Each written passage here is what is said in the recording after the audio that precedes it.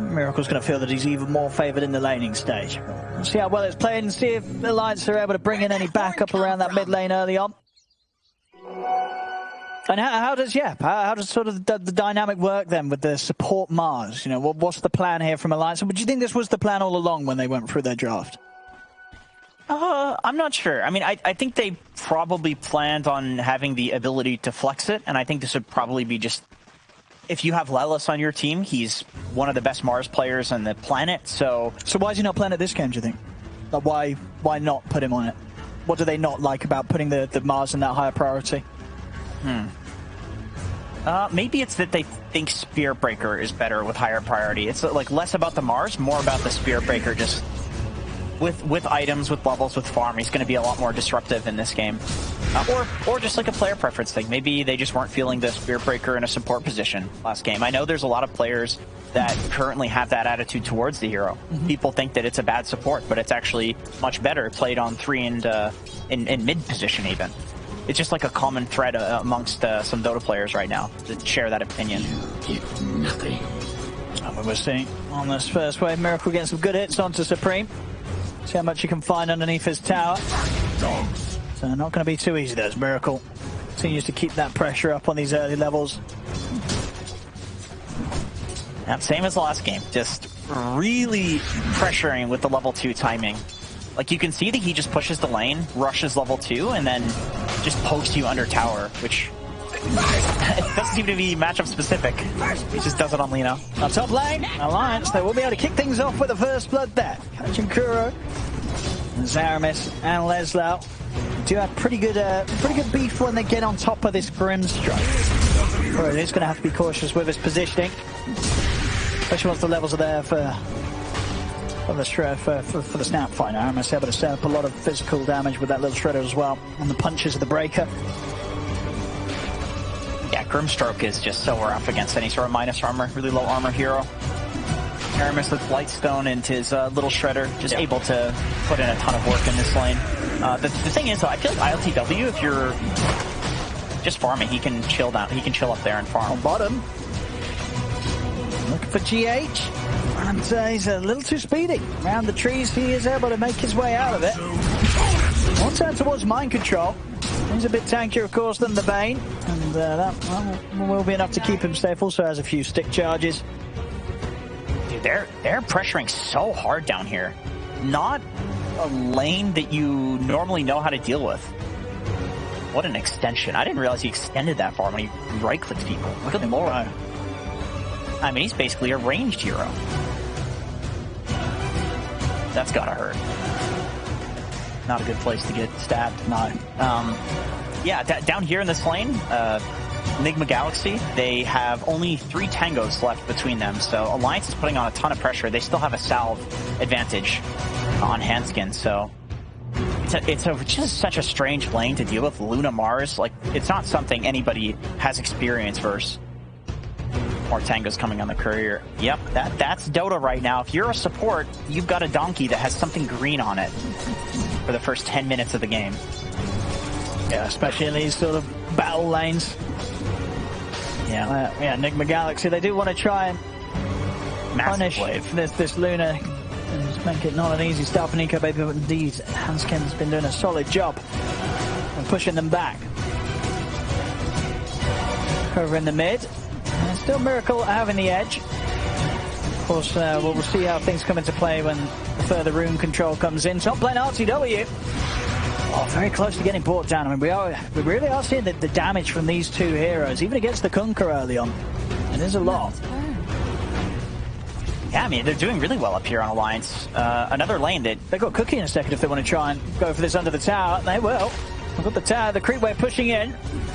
And again, little Shredder coming into play, charge over. I'll get the job done, Alliance. Getting another kill up top. Aramis very low, but RTW got nothing else to try and clip the Snapfire with. So Alliance getting the kill and getting away with it. Yeah, they're pressuring super hard. I mean, this seems to be why they did the kind of hero swap. Yeah, they just feel like they just feel like that lane is going to be a lot stronger, and it does. Yeah, I mean, they're owning. Both of the side lanes actually are going very well for them. Not the mid lane, though. Yeah. But I think that this is what you expect, right? I feel like out of a quad lead. Lina quad. Especially, you know, this is Miracle after he's had one game to warm up, and he did pretty well in the warm up, you know. So coming into the second match against him on the mid was never going to be fun for Supreme, but as we've seen quads before, even if they do get punished in the lane, nowadays a good quad player can make a recovery. And as you say, Supreme, it is one of his more comfortable heroes. So whilst the lane might not be easy, there's still very much a chance that we'll see Supreme get his way back into the game elsewhere. And on the top lane, gosh, what's wrong with me today? Aramis pressuring quite hard, bot lane as well. Luna Aura plus the Mars W, lots of damage with that extra plus 17 that he's got. Adds up. It's a lot. I mean, see, top lane Aramis. He's just constantly going for Kuroki. They're going to go in with a charge, and they might just be able to take him down again. He's into the trees. Oh, and look at the stun off. Torrent as well holds back the Spirit Breaker, but lets down Aramis. They're still going in for Kuro. But cut his way through the tree line. That was the only tango that he did have left. But it was enough to get him down into the side here. He should still have a solid job of finding him. They do. Cookie in. I'll be able to take out Kuroki again. He is not having a fun time in the safe lane. You know, I feel like if I'm Leslau, it's like you're 2-0, so you're happy at this point. But he's not bashing. At the back-to-back courier snipes there, GH got this earlier whilst he was trying to bring out the tangos and the bands. He just got it again, and he got both of them. So the complete regen backup wiped out there on that bottom lane as GH has about his third courier sniper in the first 5 minutes. Dude, Miracle, while the courier sniping was happening, solo kill Supreme mid. Just well, that's not good. A kill would look good. Yeah, I mean, it's been a rough lane, and yeah, Supreme, he's been trying to hold on, get what he can without losing his life, and now Miracle has been able to push him over the edge. Now, yeah, as I said, he can make a recovery on the quad, but it's going to be very, very hard, especially against Alina, a couple of levels ahead of him. And as I say, Miracle here. Okay, Kuro was not able to throw anything out to Supreme there. He's had his eyes on the courier instead. Might be able to look towards Aramis. Doesn't want to go to the high ground. Doesn't quite know if there's a chance turning around. They do have that high ground ward, but into starting against it, they'd rather have the focus back on mid. And of course, this is the bigger kill to get if they've got the burst, but they don't quite. Supreme able to make it back underneath the tower to safety, but still just having to play incredibly evasively against Nigma Galaxy. He's very vulnerable in the mid lane right now. Dire structures are... Yeah, man. This just hurts to see. I mean, everybody's had a game of Dota like this where you just give a kill away at the wrong time, and Miracle's being such a pain in the ass. Like, sneaking around it. I mean, he's going to get Aramis. He's got the Laguna. There we go. Another one for Miracle in the mid. There's this tower 7 minutes in. Yeah. Taking some heavy pressure. This is just an immense amount of pressure. And the thing is, like, Miracle getting that kill there it's a kill. You're cool with that, right? That's great. But the worst part about it is Supreme is still level 5. He just got zoned from like 3 or 4 creep waves. He's up against a level almost 8 Miracle. I mean, what a stomp. Yeah. But he did, as I say, Miracle's doubling his network, dude. But this is the thing where he kind of signed up for it. You know, they played against Lina last game on the DK, and Supreme was like, you know what, let me try it with the quad this time. Yeah. It was always going to be harder. Maybe he didn't quite expect it to be as tough as it played out. My goodness. Yeah, this is... I mean, how the hell do you recover from this? Like, you need your Queen of Pain to get some space. And Lelis is having a decent game, so he can probably make it for his quad. Supreme's going to try and come in and get some action down bottom, but... I mean, they know even with a Sonic Wave, it wouldn't be enough to nuke through Mind Control at the moment. He's going to be fine. That's not enough burst damage. Mind Control's able to walk it off. And in a game where you're behind as a quap and you're looking for every little thing to try and get you back in, when your first Sonic Wave doesn't get you some action, that's now 2 minutes that you're under-leveled, and without the Sonic Wave, can't really have much impact.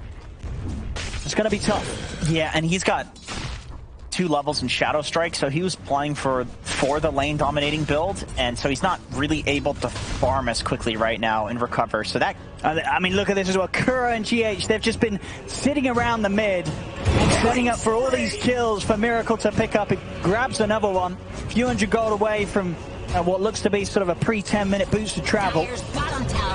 under attack. Yeah, I like that they're sitting here. I mean, they're just identifying like how poorly this lane is going for Supreme, and that they can massively pressure the tower just by existing here. It's like we saw what the Bane plus Lina did in the last game. If you can get a Nightmare after the Lina stun, you set up for the next one, and so you're gonna get a kill. Like even without Laguna, you'll probably get a kill. So just being here from Nigma means that they're getting all of this pressure on the map, and then you have a Kunkka in the side lane. Like, he doesn't care. He's going to keep farming. Night Stalker's going to keep farming. It's nighttime. He's super comfortable. And I feel like there's going to be that sort of ever-looming pressure on the Cop in the sense that, you know, we've all been in these games where you play this sort of hero mid that wants to make these moves, get these kills. But when you're playing against a team where the two side lane cores are like some of the beefier heroes in the game, it's just very hard to see when you're going to have a window to do much with this mid Quap, right? You're never going to have the burst to take down a Night Stalker or a Kunkka. These are not fun heroes to jump into and try and combo. You probably need to go with both of the supports, to be honest, and just try to kill Kunkka. But you also don't want to lose the mid tower, so I can see why they're sitting here, but it almost feels like it's a lost cause at this point. So they're going to go for GH, and they will get him. Quick setup from Leslau. It's the kill put into place for Supreme. Okay, so they get a kill using Lelis' strength here. He's got his Oblivion Staff completed on Lelis, Phase Boot, so he's tanky, does a good amount of damage. They can make some things happen based off of his strength for sure. Yeah. It doesn't feel like it's really possible to hold this tower, though. I understand the desire to do it because losing your mid tower early, especially in like a crushing lane like this, it's just one of the worst feeling things in the game. At least they get to deny. A bit of morale there for the team. Okay, now, Hanskin? I think he's looking pretty dead. That is a solo kill on a catapult wave. Top lane, that's a dead Spirit Breaker. Mid lane, Miracle being sneaky. He is just not letting up, man. Like, I mean, is he going to get something with this? Were they aware? I don't think they would be aware he's coming in.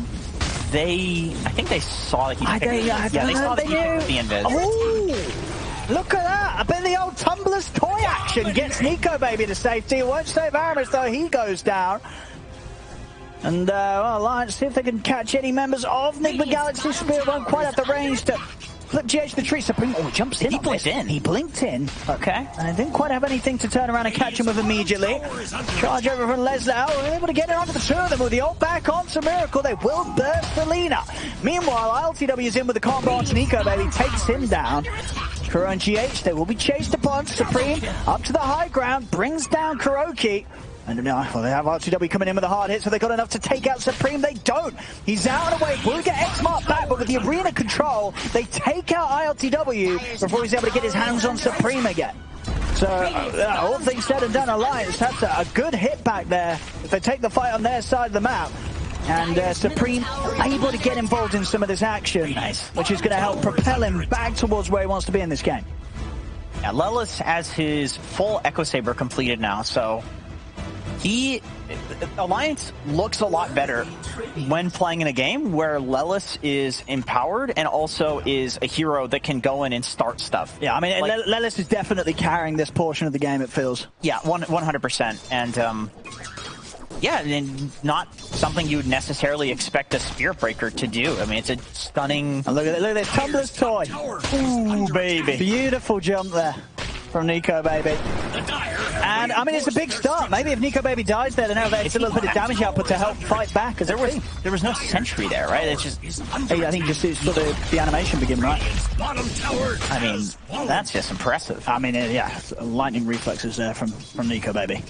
Dire's top tower is under attack. Jail does that to you. It gives you these just absolutely mind-blowing reflexes. Well, that's it. I mean, because, you know, Nico always have to be defensive. He had a tough game in game one. Maybe that's the sign of at the start of, you know, things kind of just switching on from here in this game too. Very anime sort of. Yeah. Maybe this is the turnaround. Top lane.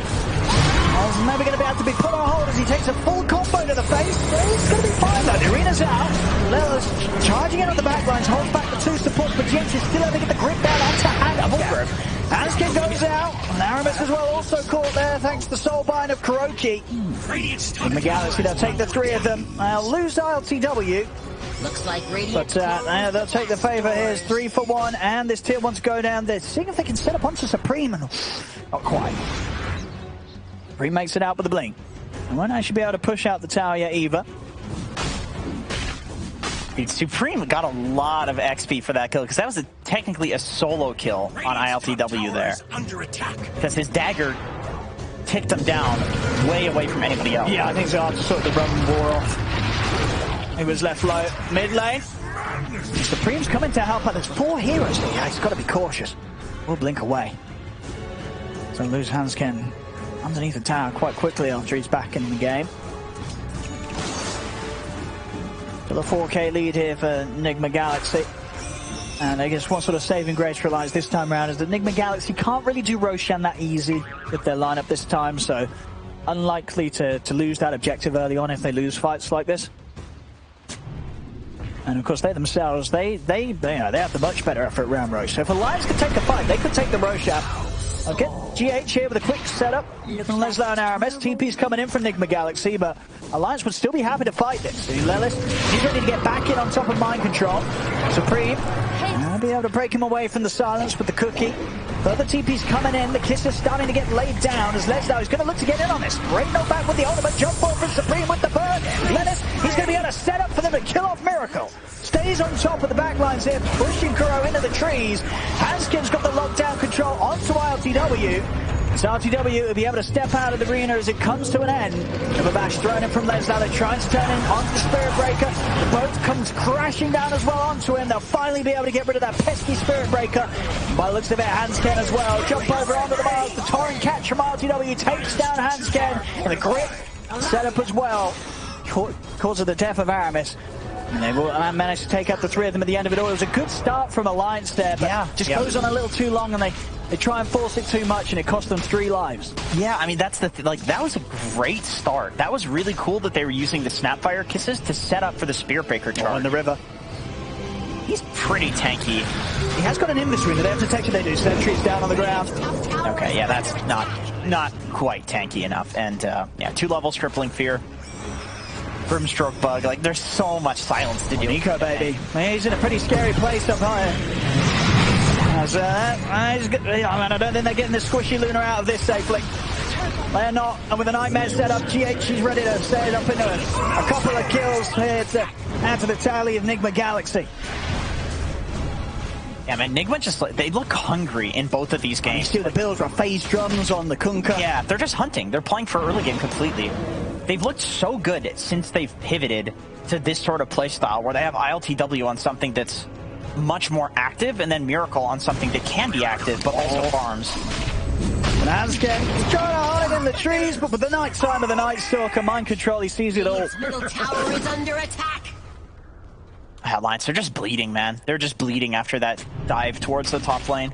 I mean, it's starting to go a similar way to game 1, right, where we've really got to see Alliance pull themselves together and make one of these coordinated moves. We've really got to look towards the iron stage, attempting to get online. Nico, Baby, and Supreme, they're definitely making the calls to say we want to get these BKBs on before we fight. It's not happening. We just see Nigma Galaxy have a bit of a poke at Roshan, but as I said, they're not really going to be able to do Rosh that quickly. So we'll see if they do try and force it. Now, I mean, R2W, he wants to. Yeah, Lina's probably the best Roche taking hero. Yeah, Miracle's got some damage. On this side of it, when that's the case, it's not so good. But they have such an advantage that they can basically take it, whatever fight. Yeah, it doesn't matter if it's not fast. They're more than happy to take a group to head on head. Yeah, ILTW is actually going for a BKB, but he just goes for the Ogre Axe and then is going into an AC. So they feel... Oh, okay. Wait, they're getting Miracle solo XP for this? As well as smoking out? This is cool. This is really cool, because you're not expecting this timing. Hanskin's not expecting this. As they're on the way, and they'll certainly be able to take him out at the same time as well. By looking at it from the bottom tower, they've come in and wrapped around on the rest of Alliance. They've caught Lelis. Alright, that was sick. Like, I don't think I've seen that before. Because what's the team making a move before Roche stands up? Because imagine you hear Roshan has fallen to the Dire, and then all of a sudden people show up a second later. you're just like, what the hell? Yeah, mentally you don't expect. No, because you're right. not. Yeah, you're right. You sort of get this image of where they are based on when the Roche falls, and then so you can play like that and be like, oh, I'm gonna chill here for a bit and then leave in 2 seconds from now. Yeah, like that. I mean, it caught them massively off guard. Suddenly they were losing a hero near the river, and they were losing someone else down bottom. They're totally not ready for that. I mean, that was just sick. That was really cool. That was a sick call. Which Nigma, even when they're losing and you know looking bad as a team at the start of the tour, they've always made really good calls like that. Like their smokes are super high quality. Which when you have a captain like Kuro, it makes sense. But it's cool to see that. I mean that's innovative. Yeah. Oh yeah, they're certainly not looking rough today. 19 minutes in, and it's already looking like Nigma Galaxy are going to have a pretty comfortable game in the bag here. Unless Alliance can come in with something surprising once the BKBs are up for their cause. And if the fight doesn't go well when Supreme and Nico Baby turn up with the BKBs, very hard to really see timing later on in this game where Alliance are really going to be able to hit back hard.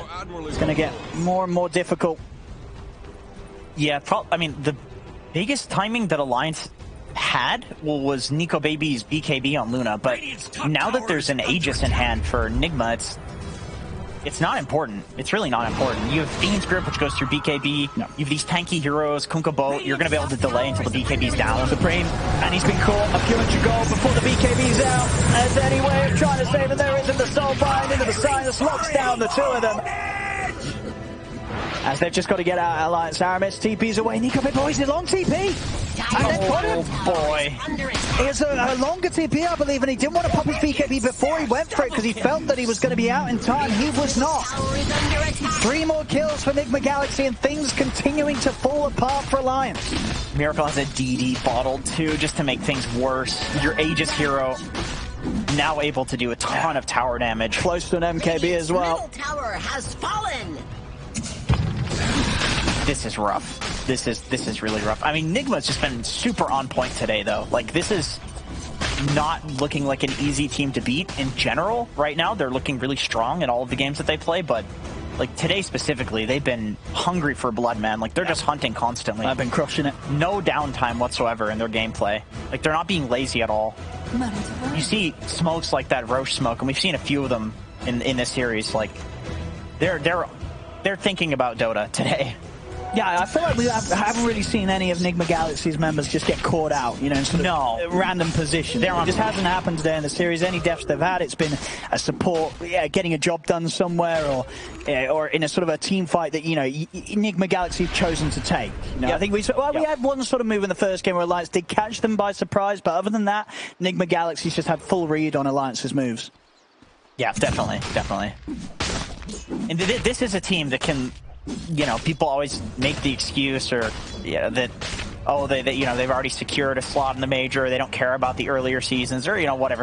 There's always these excuses. Like, this is a team that can look weaker at times based on who knows what. But no, they're looking on point. They're looking on point recently. It's interesting that there are teams like that where their potential is really high, but sometimes they just are not hitting that potential. And then there's other teams that are somewhere in the middle, but always somewhere in the middle. See the scan here, Nigma Galaxy, they're ready to charge straight up for the high ground. Arena down from a Hatskit, trying to stop the chase, but they're still able to reach over, get the soul bind set up. BKB's out from Supreme. They'll try and turn and help out, but they've already lost Leslau. Supreme with the last few seconds of his BKB having to blink away. The mind control chasing down with the nighttime on top of the Mars. Hatsket's out. The boat's coming over. Nico Baby has to pop his BKB to get out of there, but Supreme's been left on the low ground. Another pick off here for Nigma Galaxy. They take out the 3 of them, and already on the backlines, GHE set up for a 4th. The controls there onto Aramis.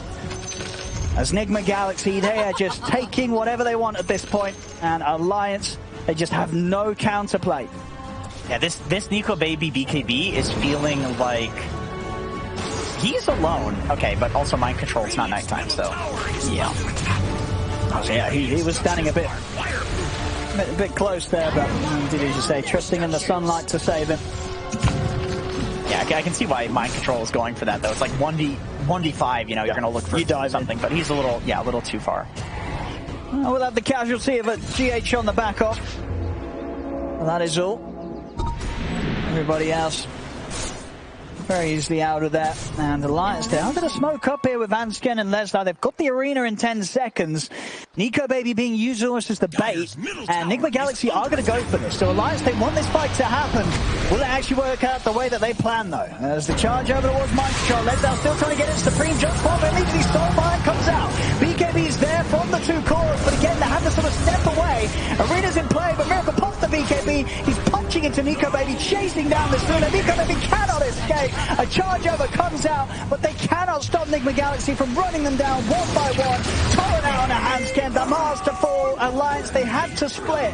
For you. I mean, and that clearly was a move that Alliance themselves were trying to set up. With the smoke up from the two of them, Nico Baby on the push, but they don't get anything with it. And when you sort of see that move fall apart, you've got to wonder if there's anything left in the can here for Alliance. They'll get a tier 1 in the mid lane. He cancels. That's funny. Yeah, I mean, that was best case scenario for them. They had gotten a pick off on GH, position 4, important hero to pick off. Also, it was not nighttime and 60 seconds on Mind Control's ult. Still, he just got the ult on Mind Control, so like he was effectively not a hero in that fight, but they just say, okay, Miracle does enough damage, we can still easily fight this. ILTW will frontline, and yeah, Nigma was right. They read that situation like a book. It's just at this stage, how does Nico Baby get in on this fight? Because it really does feel that he pops BKB, so does Miracle, and at this point, Miracle with the stacks built up at the Fire Stone, the MKB, he tears through the Luna. He does. And like ILTW too, has 2700 HP, like he's not dying. And Lesnar, he's going to try and start things onto Miracle. Expensive Nightmare comes out, buys time for Miracle to pop the BKB, blips out on the Supreme. Lesnar also to fall. Nico Baby's getting in on the backlines with the BKB and the Eclipse. Miracle able to get out of the arena with the last second of the BKB into the trees as well. Now has the distance to turn, punch back into Nico Baby. They're just going to call it. They've had enough Alliance. GG is called. Is he going to be able to get the Rampage to close up the series? Let's see if he's able to. They've got the control onto Hansken, and he certainly does. Miracle finishes it off with a Rampage.